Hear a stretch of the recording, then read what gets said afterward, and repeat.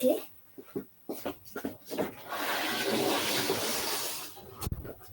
Bien. Entonces, como habíamos quedado en la anterior clase, ya se ha avanzado la parte del el principio general de reconocimiento de imágenes. Hemos hecho anatomía radiológica. Y ahora vamos a ver un poco de patrones normales de imágenes del tórax y también patrones anormales más frecuentes, ¿no? Vamos a pasar entonces cuáles van a ser los patrones anormales. Esa es la lista. Y les había pedido un poquito que repasen un poco de anatomía y de histología, ¿no es cierto?, del pulmón, para que podamos nosotros hablar de los patrones radiológicos normales, ¿no? Entonces, siempre pensando en qué es lo que representa la imagen, qué partes del tejido, qué partes de la histología pueden representarse en imagen, ¿no es cierto?, en el tórax. Tenemos dos modalidades principales de las cuales ya hemos hablado, que son los rayos X, y la otra modalidad principal para hacer imágenes en tórax sería la tomografía. Y dependiendo de los elementos histológicos, pues algunos se van a traducir en imagen y otros no van a tener traducción en la imagen, ¿ya? Por eso es muy importante conocer la parte de los tejidos que conforman el tejido pulmonar. Tenemos tejido colágeno, que va a formar el intersticio pulmonar, que es el tejido fibroso, ¿no es cierto?, que va a actuar como esqueleto de los pulmones, el tejido de sostén, que va a sostener al tejido funcional pulmonar propiamente dicho, ¿no es cierto?, que son los alveolos, ¿no es cierto?, donde se va a producir el intercambio gaseoso con las células alveolares, que son los neumocitos tipo 1 y los neumocitos tipo 2, ¿no es cierto?, cada uno con su función específica. Vamos a tener también tejido vascular, ¿no es cierto?, tanto arterial como venoso, que va a estar dentro del parénquima pulmonar. Vamos a tener tejido bronquial, ¿no es cierto?, que va a estar compuesto también por tejido conectivo, tejido muscular, y vamos a tener también el tejido linfático. Todos estos tejidos se encuentran conformando lo que es la arquitectura pulmonar. ¿Ven mi cursor, chicos? ¿Se puede ver la flechita? Sí, doctora. ¿No es cierto? Entonces aquí tenemos la estructura principal sobre la cual vamos a hablar, que es el lobulillo pulmonar secundario, ¿no es cierto?, que está separado de los otros lobulillos pulmonares secundarios por un tabique de tejido, tejido de sostén, ¿no es cierto?, el tejido elástico de sostén, tejido fibroso, ¿no es cierto?, el tejido conectivo, propiamente dicho, ¿no es cierto? Entonces, estos tabiques interlobulillares están determinados principalmente por el tejido conectivo, y al centro de cada lobulillo secundario va a encontrarse un núcleo que es un bronquio y una arteria, ¿ya?, van a formar el núcleo o el centro del lobulillo pulmonar secundario. Alrededor de esta estructura vascular y bronquial también va a haber tejido conectivo de sostén, sosteniendo estas estructuras centrales, y también va a haber un tejido conectivo de sostén mucho más tenue, como se ve aquí en este diagrama, ¿no es cierto?, que va a estar sosteniendo cada uno de los alveolos, ¿no es cierto? Entre medio va a haber una trama mucho más fina de tejido conectivo sosteniendo los alveolos, ¿ya?, y los grupos alveolares, ¿ya? Bien, entonces vamos a tener entonces un esqueleto de tejido conectivo axil peribroncovascular que está al centro del lobulillo secundario, ¿no es cierto?, y el esqueleto interlobulillar que va a formar los tabiques interlobulillares que separan los los lobulillos secundarios pulmonares, ¿ya? En este intersticio interlobulillar, que lo vamos a llamar, van a estar corriendo algunas estructuras además del tejido conectivo, que son los vasos linfáticos y las venas pulmonares. Por aquí pasan todas estas estructuras linfáticas y pulmonares, ¿ya? Y vamos a tener otro espacio también que está conformado por tejido conectivo, que es el espacio subpleural, ¿ya? Que es el intersticio subpleural. Entonces tenemos tres compartimientos, ¿no es cierto? El peribronco vascular, el interlobulillar y el subpleural, donde tenemos tejido conectivo.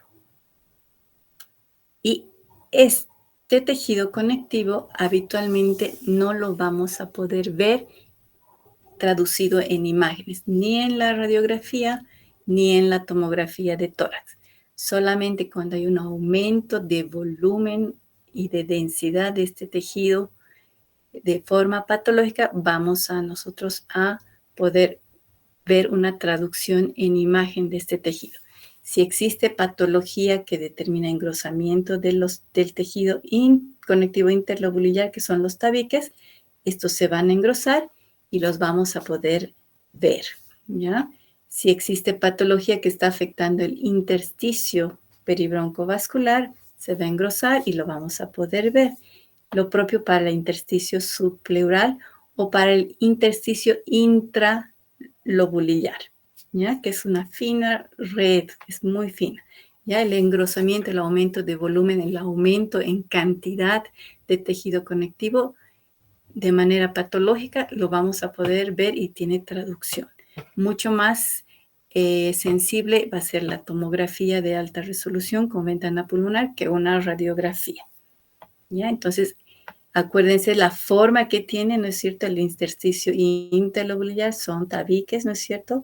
Que están en la parte subpleural tangenciales a la superficie pleural, los tabiques interlobulillares, ¿no es cierto? Y tienen forma, dan un aspecto de loseta al tejido pulmonar, ¿no es cierto?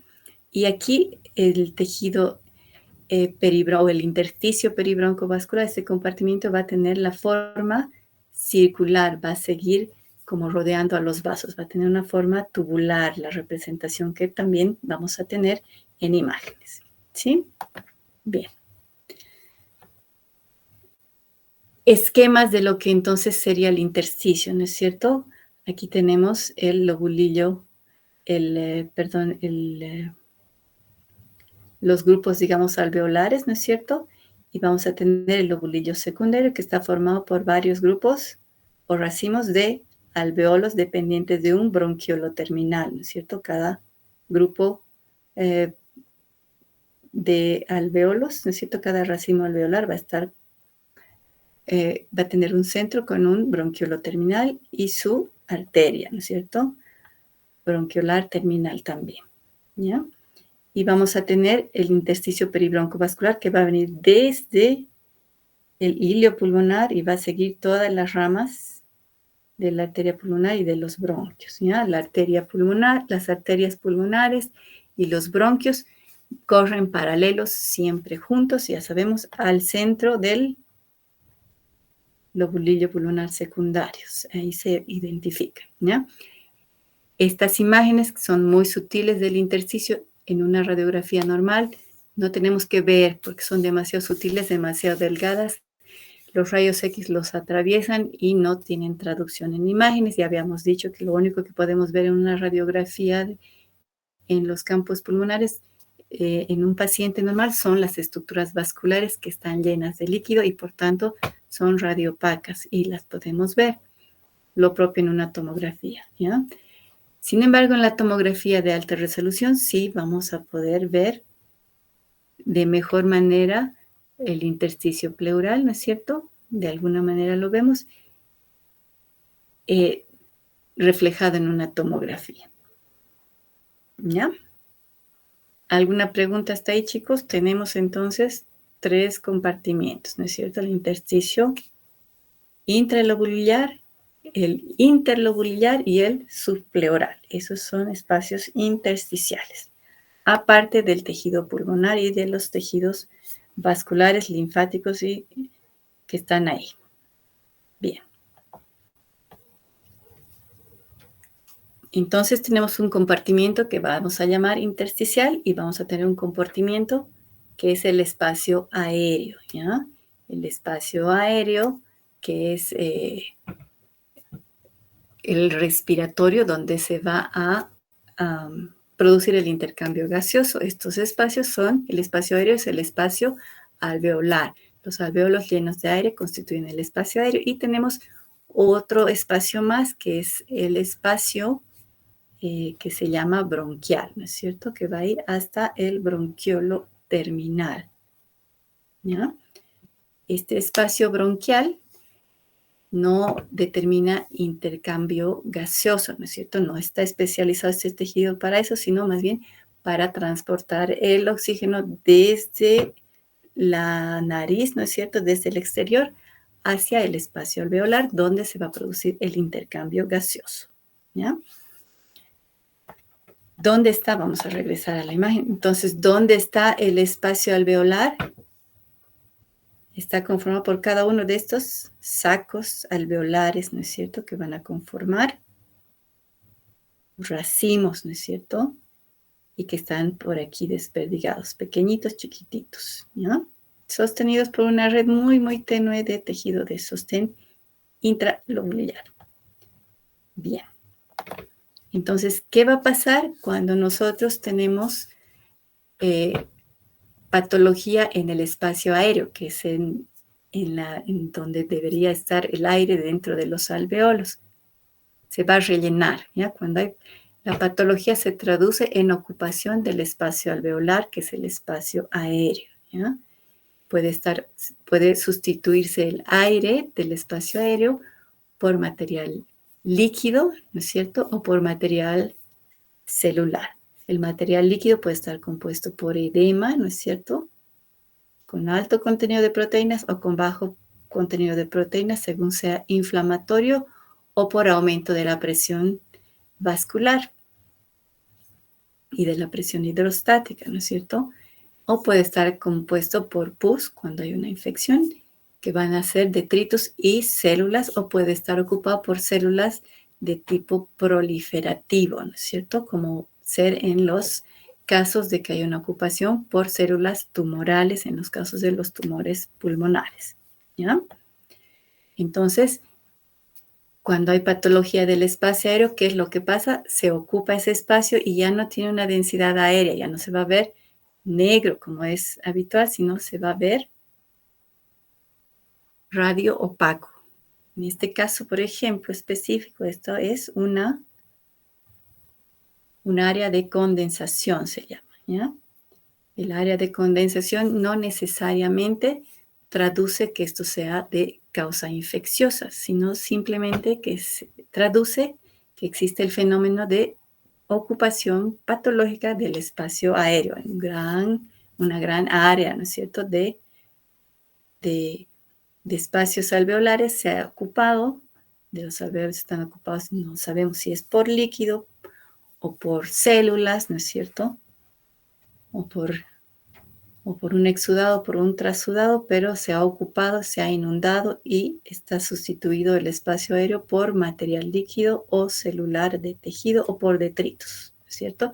Y la traducción radiológica es esto: aumento de la densidad, sustitución de la densidad de aire por densidad de parte blanda, ¿no es cierto? O de líquido, que en radiografía no podemos diferenciar, ¿no es cierto? Si se trata de líquido o de parte blanda, simplemente vamos a ver una imagen radioopaca.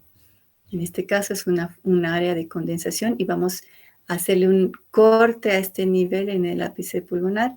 Vamos a ver que la patología, como se ve en la radiografía lateral, está comprometiendo el segmento posterior del lóbulo superior derecho. Aquí vemos el segmento posterior, que está con patología. La parte anterior no tiene patología.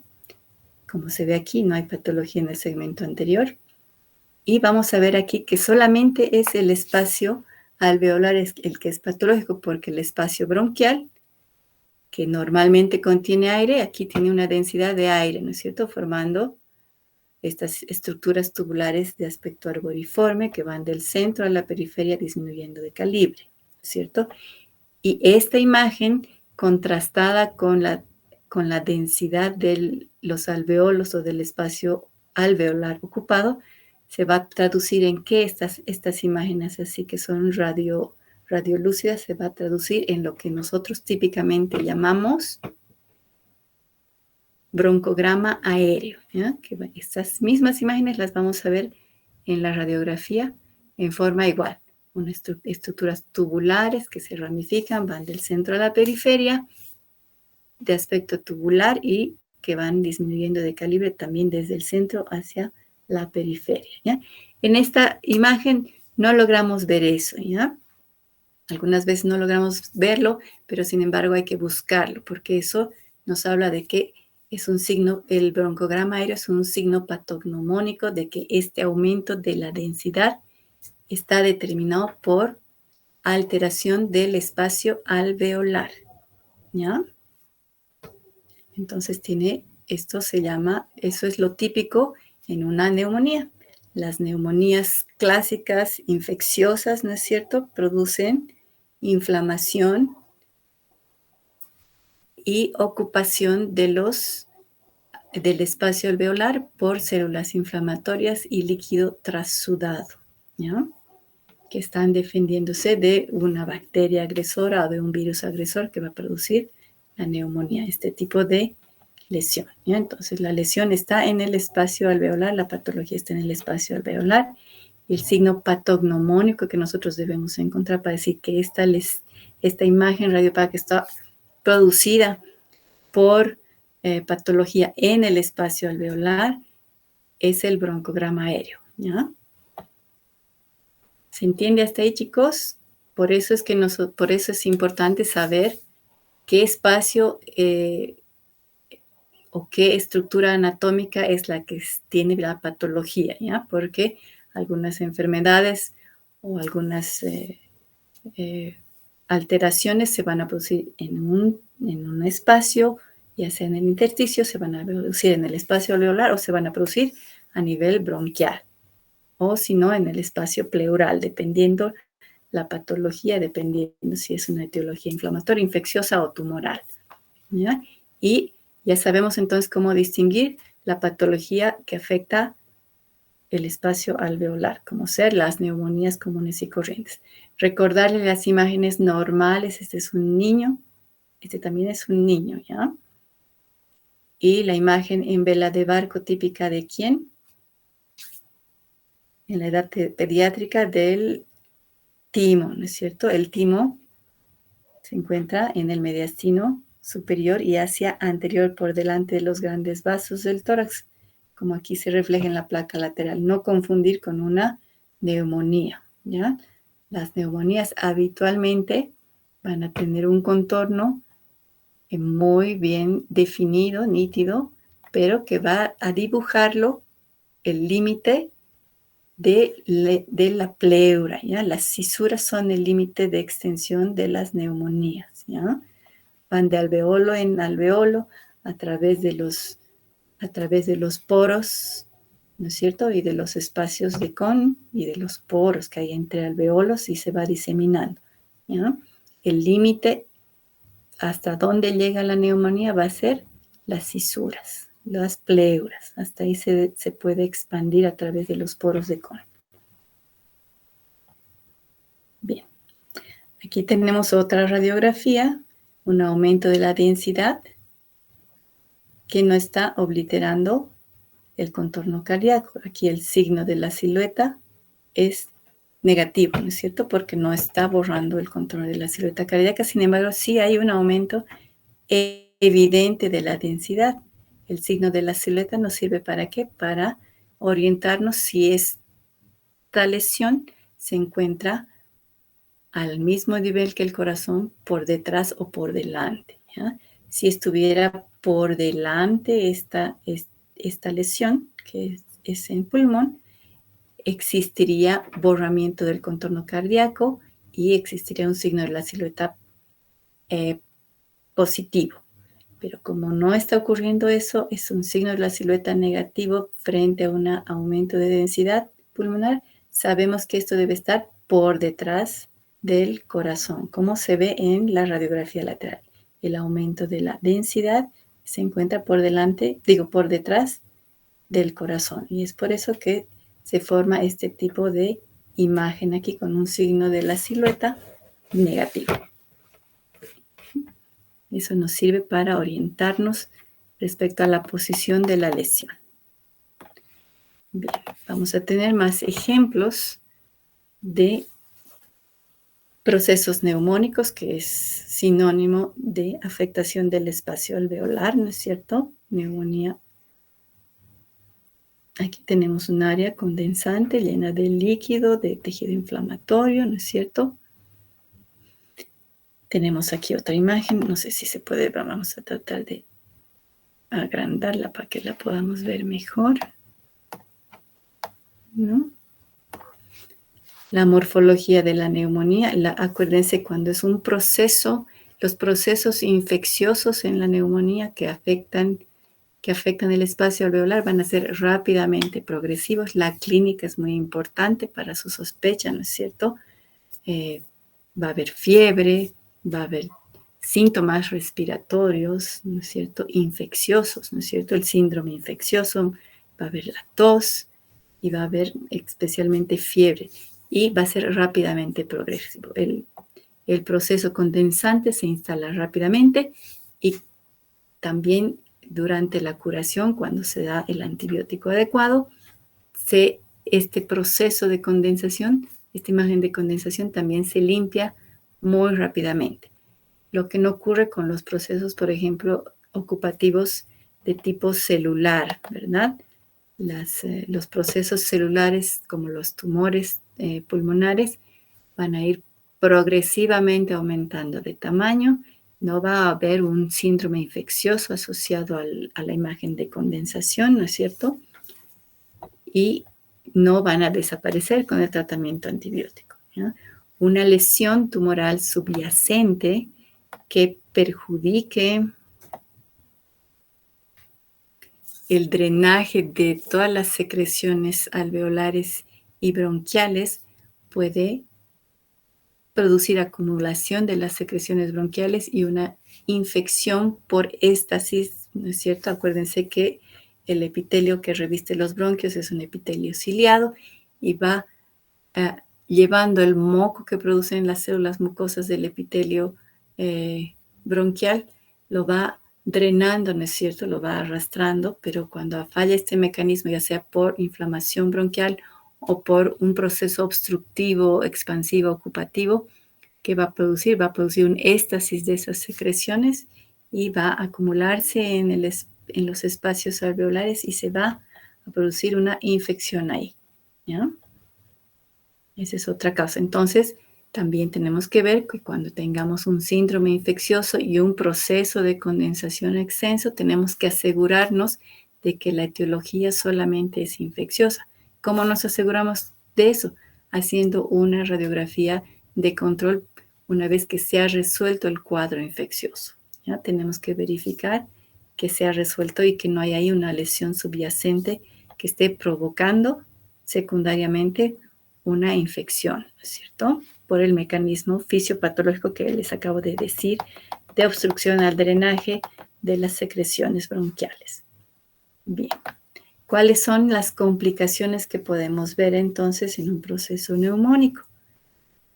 ¿Y cómo vamos a resolverlas, no es cierto? Uno de ellos es la atelectasia, ¿ya?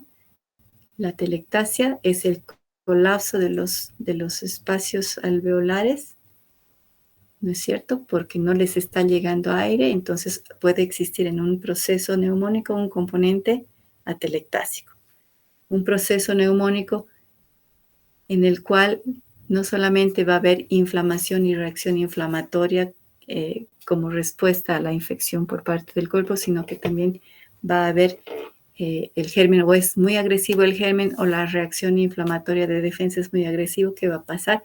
Va a haber destrucción del tejido pulmonar, lo que nos va a llevar a la formación de cavidades pulmonares, llenas de líquido inflamatorio infeccioso, que es la pus, y a eso lo llamamos un absceso pulmonar.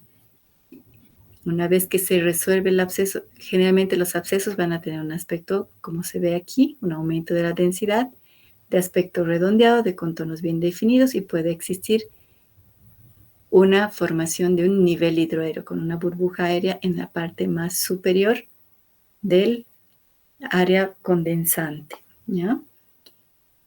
Tratamos este absceso, se drena, se resuelve, va a quedar una cavidad de tejido no funcional donde se ha destruido parénquima pulmonar, y estas son los neumatoceles o las cavernas, ¿ya? Un neumatocele va a tener paredes delgadas y una cavitación va a tener paredes gruesas, ¿ya? Los dos pueden ser secuela de un proceso infeccioso inflamatorio en el que ha habido destrucción de parénquima pulmonar y queda la secuela como esta, ¿ya? ¿Cómo vamos? Entonces, la forma de un absceso es muy diferente al de una neumonía, ¿no es cierto? Las neumonías generalmente tienen, el límite es las pleuras o las cisuras, ¿no es cierto? Y no va a haber pérdida de volumen pulmonar, porque aquí no es que se estén colapsando los alveolos, sino que se está rellenando el espacio alveolar. En una atelectasia, que puede asociarse también a las neumonías, sí va a haber pérdida de volumen, porque el fenómeno fisiopatológico esencial de una atelectasia es que hay colapso del espacio aéreo. Se vacía el aire y las paredes las paredes alveolares colapsan y se adosan unas a otras. Por lo tanto, va a haber disminución de volumen en este segmento atelectásico. Y la característica, cómo reconocemos el aumento de densidad o la condensación determinada por un fenómeno atelectásico, de la condensación determinada por enfermedad del espacio alveolar, es que va a haber una disminución de volumen. En este caso, por ejemplo, este es el lóbulo medio, que generalmente tiene una imagen triangular, pero es mucho más grande, ¿no es cierto? Aquí ha habido un desplazamiento hacia caudal de la cisura horizontal por pérdida del volumen, ¿no es cierto? Por colapso alveolar. Los contornos también van a estar delimitados por las cisuras y van a ser muy bien definidos en una proyección, mientras que en la otra proyección, pese a que es una imagen muy bien definida de aumento de densidad, ¿no es cierto?, bien homogénea, y que no va a existir en este caso, no se va a ver broncograma aéreo en las atelectasias, ya eso es lo patognomónico. Las atelectasias nunca llevan en su interior broncograma aéreo, y se ven muy nítidas sus contornos en una proyección, y en la otra proyección prácticamente se pierden. Aquí no podemos localizar tan definidamente con la proyección lateral la atelectasia del lóbulo medio. Lo característico para sospechar en una proyección postero-anterior de tórax de atelectasia del lóbulo medio va a ser, uno, la pérdida de volumen.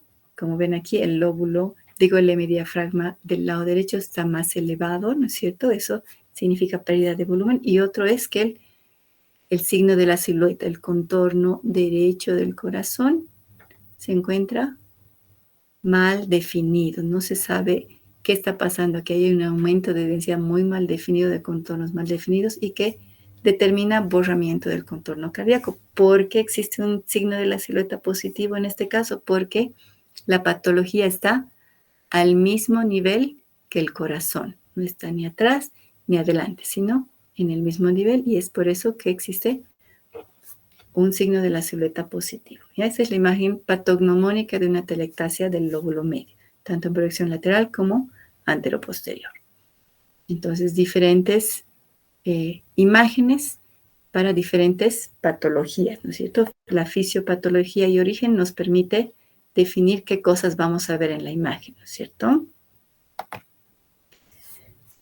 Otra patología que es muy frecuente de ver y que ustedes tienen que saberla reconocer es la enfermedad o la patología del espacio pleural. El espacio pleural puede traducir patología ya sea por acumulación de líquido, por acumulación de células o por acumulación de aire, ¿no es cierto? Lo mismo que en el espacio alveolar, ¿no es cierto? Puede ser de origen inflamatorio, de origen tumoral o bien por, que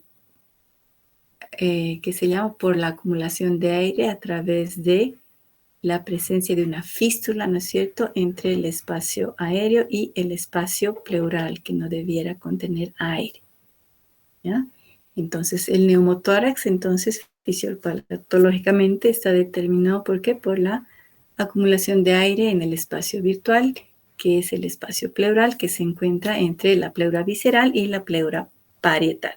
Aquí vemos el tejido pulmonar, que está colapsado el pulmón, y vemos aquí un área donde no existe trama pulmonar vascular, y vemos cómo solamente hay densidad de aire entre el contorno pulmonar y la pared torácica y entre las pleuras, ¿verdad? En una tomografía en corte axial se ve mucho mejor esta diferencia entre la presencia de tejido pulmonar y la ausencia completa de parénquima pulmonar, que es esa radiolucidez tan evidente, tan nítida que se ve en una radiografía. ¿Ya? Esta es una radiografía portátil pediátrica, ¿ya? Por eso no es muy buena la imagen, ¿ya? Aquí tenemos una aproximación, una magnificación de una radiografía de tórax en el ápice pulmonar izquierdo en un paciente adulto. Esta es una radiografía convencional que no es portátil, no es de emergencia, el paciente colaborador. Y vamos a ver este mismo signo, ¿cierto? La línea pleural separada de la pared torácica, y a este nivel, en el espacio entre la línea pleural y la pared torácica, no vamos a lograr identificar estructuras radiopacas que representan las estructuras vasculares, ¿no es cierto? Si nosotros buscamos donde debemos buscar la coherencia, este paciente está en posición de pie, por lo tanto el aire siempre va a irse hacia arriba. Tenemos que buscar primero acumulación de aire en los ápices pulmonares, en una radiografía de tórax de pie. Si el paciente estuviera acostado porque tiene alguna enfermedad que no le permite colaborar y ponerse de pie, ¿dónde buscaríamos el aire en un neumotórax, chicos? ¿Quién me dice? ¿Dónde se acumularía el aire? Acuérdense que todo es cuestión de gravedad, ¿no es cierto? Como en esta radiografía, el paciente, en la tomografía, el paciente, ¿cómo se saca las imágenes de las tomografías? El paciente está en decúbito dorsal, ¿no es cierto? ¿El aire hacia dónde va? Hacia anterior. Sí. Aquí está. El aire está anterior, no está posterior, no se va para arriba, sino que está, hay que buscarlo en una tomografía en las porciones anteriores, ¿no es cierto? Depende de la posición del paciente, donde tenemos que buscar el aire en las imágenes. Bien. ¿Qué complicaciones tenemos con el neumotórax? ¿Qué tenemos que nosotros saber, prever, o que nos van a llevar a tomar una conducta de urgencia o de emergencia? Tenemos que saber diagnosticar por medio de las imágenes no solamente la presencia de un neumotórax, sino también es importante valorar la cantidad, graduarlo, si es un neumotórax leve, grave, moderado, ¿no es cierto? Un neumotórax moderado o grave, pues va a necesitar que se le ponga un tubo de drenaje pleural para poder reexpandir adecuadamente el pulmón que está colapsado. Un neumotórax leve probablemente solo va a necesitar observación y se va a reabsorber poco a poco espontáneamente. Y un neumotórax grave va a producir ¿qué? Va a producir otros signos radiológicos, como son el neumotórax a tensión, va a producir la compresión del mediastino y el desplazamiento de toda la sombra mediastínica hacia el lado opuesto a donde está acumulándose el aire, ¿no es cierto? Entonces, esta es una urgencia médica. Un neumotórax a tensión puede producir ¿qué cosa? Muy rápidamente,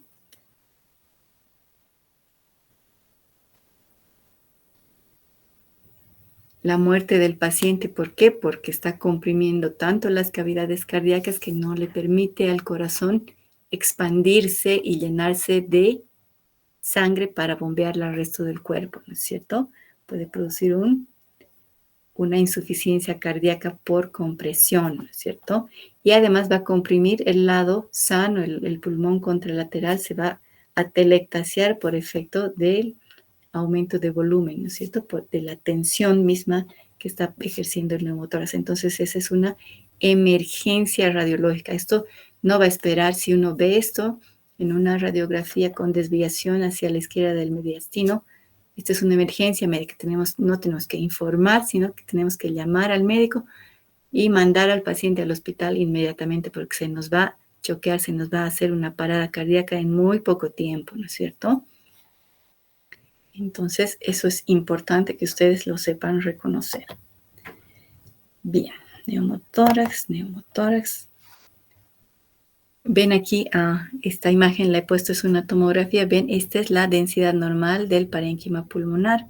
Y aquí, como el parénquima pulmonar está colapsado, va a incrementar su densidad, no porque haya patología intrínseca en los alveolos, sino porque está disminuido el volumen, ¿no es cierto? Se está colapsando poco a poco el pulmón.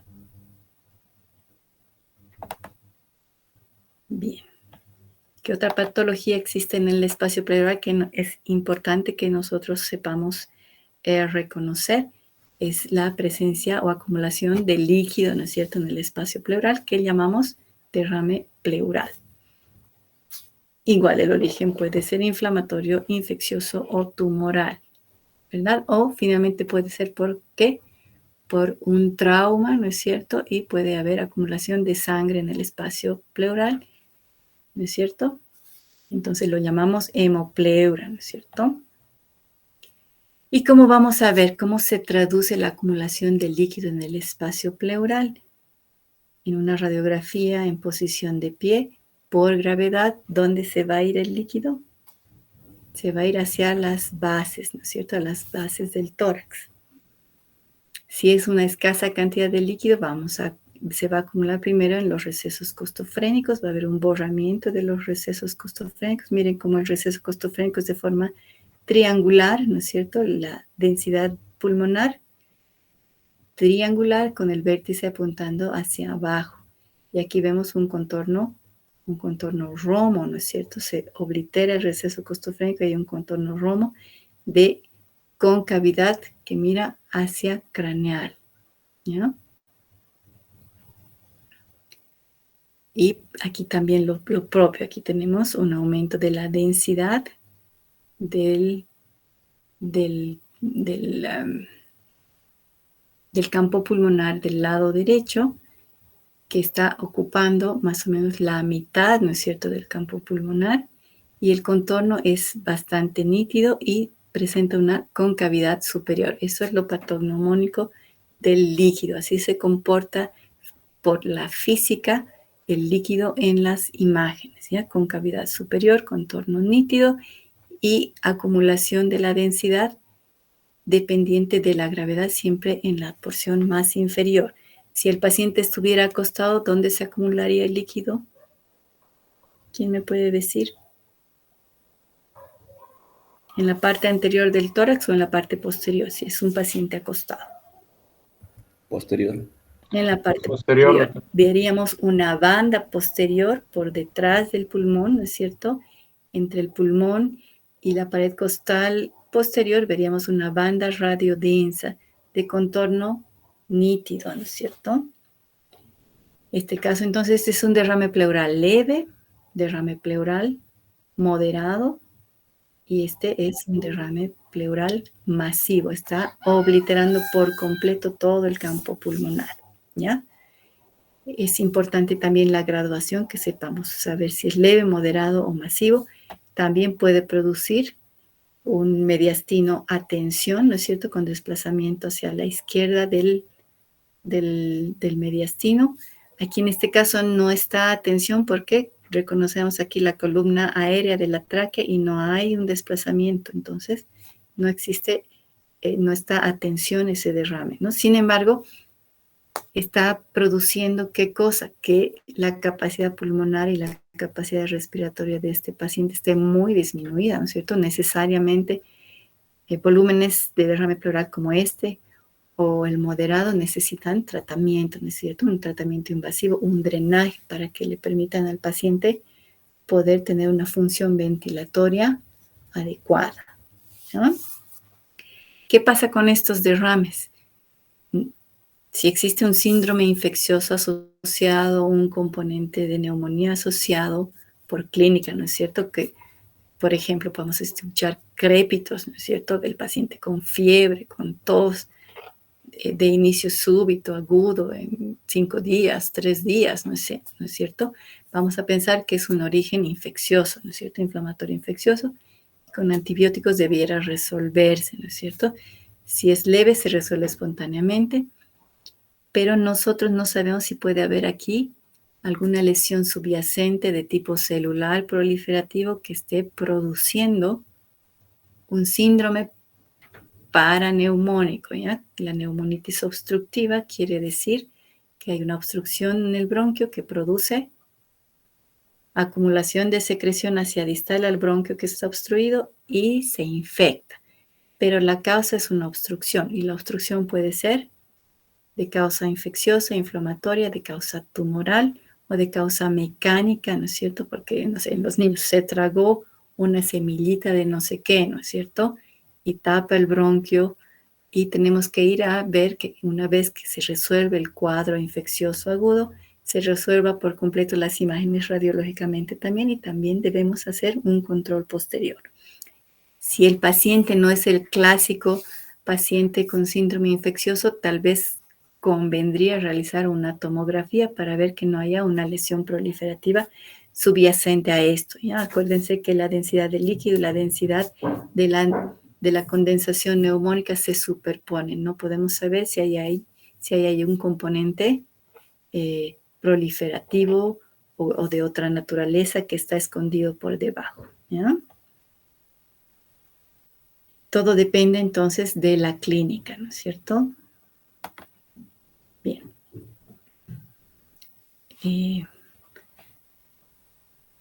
Aquí hay otro ejemplo de un derrame pleural. Este pacientito en este caso en especial estaba acostado y vemos como un aumento de la densidad pulmonar, pero no estamos viendo, ¿no es cierto?, un contorno convexo hacia superior. Uno busca, ¿alguien lo ve? ¿Se ve el contorno típico de una radiografía de pie?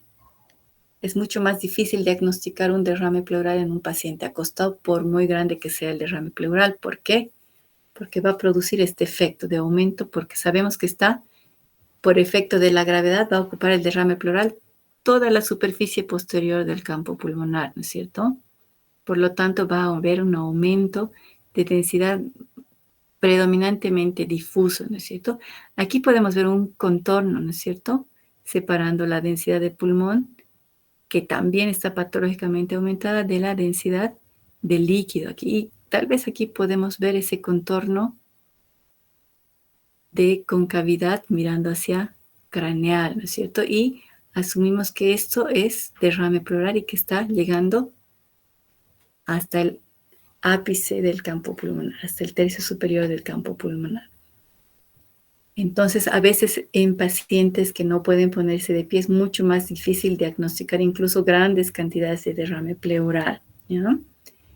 Por eso las radiografías portátiles, que son las que se toman en pacientes acostados que no pueden movilizarse, son también una guía respecto a la patología que ya está diagnosticada, más que una herramienta de diagnóstico propiamente dicha, ¿ya? Si nosotros ya hemos diagnosticado en algún momento un derrame pleural y queremos ver si mejora o no mejora, una portátil puede ser suficiente. Pero si es el instrumento inicial, una radiografía portátil para hacer diagnóstico por imagen, puede ser que su sensibilidad esté muy disminuida, ¿ya? Una tomografía en un paciente en que se sospecha de derrame pleural, pero no sabemos a ciencia cierta si es derrame o qué más hay ahí, pues aquí estamos con ventana de parte blanda y nos muestra cómo el derrame se encuentra en situación dependiente, ¿no ve? El paciente acostado en una tomografía, se acumula el derrame aquí, posterior, ¿no? Aquí tenemos un derrame pleural leve en una tomografía y está asociado a un foco de condensación. ¿Ya? Y aquí tenemos pequeñas áreas completamente negritas que representan los bronquios. ¿Ya? Sin embargo, aquí había una lesión, que son ganglios calcificados que están produciendo estrechamiento del bronquio. Y por lo tanto, no solamente es una condensación neumánica, sino también tiene un componente atelectásico. ¿Ya? Ha habido una sobreinfección en una atelectasia y la reacción inflamatoria, pues, produce también reacción pleural con derrame. ¿Ya?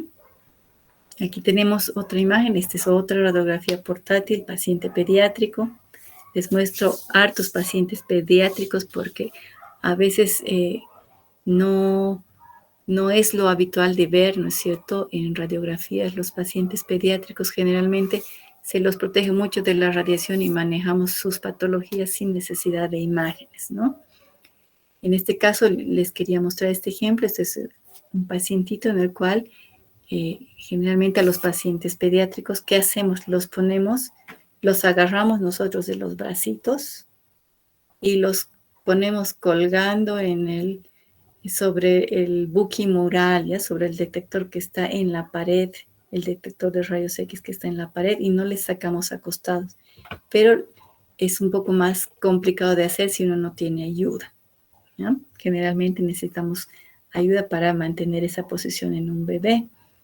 En este caso se hizo así la técnica, y aquí podemos ver que hay una elevación aparente del diafragma, ¿no es cierto? Pero el diafragma, ¿cómo podemos nosotros reconocer si hay o no hay derrame pleural en esta elevación del diafragma? ¿Será que se ha herniado el hígado? ¿O será que hay algo en el pulmón? ¿Qué es lo que está pasando? ¿No es cierto? Es un pacientito que tiene un síndrome infeccioso, entra con tos, con fiebre. No pareciera que la causa fuera un tumor hepático, ¿no es cierto?, que estuviera produciendo una elevación, sino más bien aquí hay un proceso a nivel pulmonar y hay un derrame pleural, pero que se está acumulando por debajo de la cara diafragmática del pulmón, ¿ya? A esto lo llamamos derrame pleural subpulmonar. ¿Cómo reconocemos que esto no es producto de condensación de la base pulmonar o de un tumor que esté agrandando el hígado? Lo reconocemos porque lo habitual es que la hemicúpula diafragmática, su porción más superior, se encuentre más o menos a la mitad del diámetro transversal de la cúpula o de la hemicúpula diafragmática. Y en cambio aquí en el derrame subpulmonar, lo que va a pasar es que la porción más alta del diafragma o de la imagen va a estar lateralizada, no va a estar a la mitad del diámetro transversal del campo pulmonar, sino está lateralizada. Y esa no es la forma del diafragma, sino la forma que adquiere la acumulación de líquido entre el pulmón y el diafragma. Esto es una imagen típica de un derrame pleural subpulmonar. Bien, ya son las 18:06. Hasta ahí nos vamos a quedar, chicos. Déjenme ver cuánto nos falta respecto a patología. Vamos a hablar un poquito de las sondas y catéteres, la siguiente clase, que creo que es importante describirlas y saber dónde tienen que ubicarse y la posición normal. Vamos a hablar también, nos falta hablar de embolia pulmonar. Vamos a hablar un poco también del mediastino y la patología que podemos nosotros detectar en las radiografías.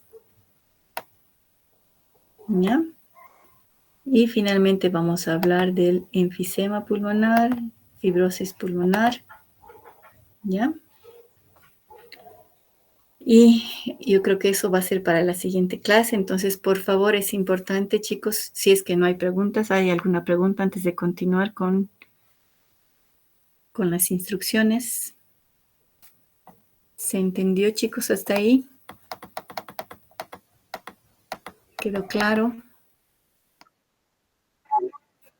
Entonces, instrucciones, por favor, revísenme los temas que acabo de decirles, ¿no es cierto? Embolia pulmonar, fibrosis pulmonar, ¿no? Edema pulmonar, insuficiencia cardíaca, Eso vamos a hablar la siguiente clase, y me interesa que ustedes lean y repasen un poco de la fisiopatología de estas entidades nosológicas, ¿ya? De estas enfermedades. Es importante que nosotros entendamos la fisiopatología. No sé si ya han llevado en medicina interna o en cirugía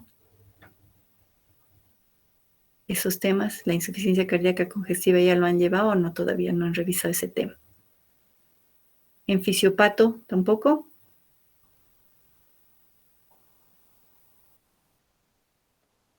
Ya, entonces se supone que ustedes ya lo saben, ya entienden la fisiopatología de por qué se produce la insuficiencia cardíaca congestiva, cuáles son sus efectos en los órganos, en los pulmones, y eso es lo que vamos a revisar un poquito y cómo se traduce en la imagen, ¿ya?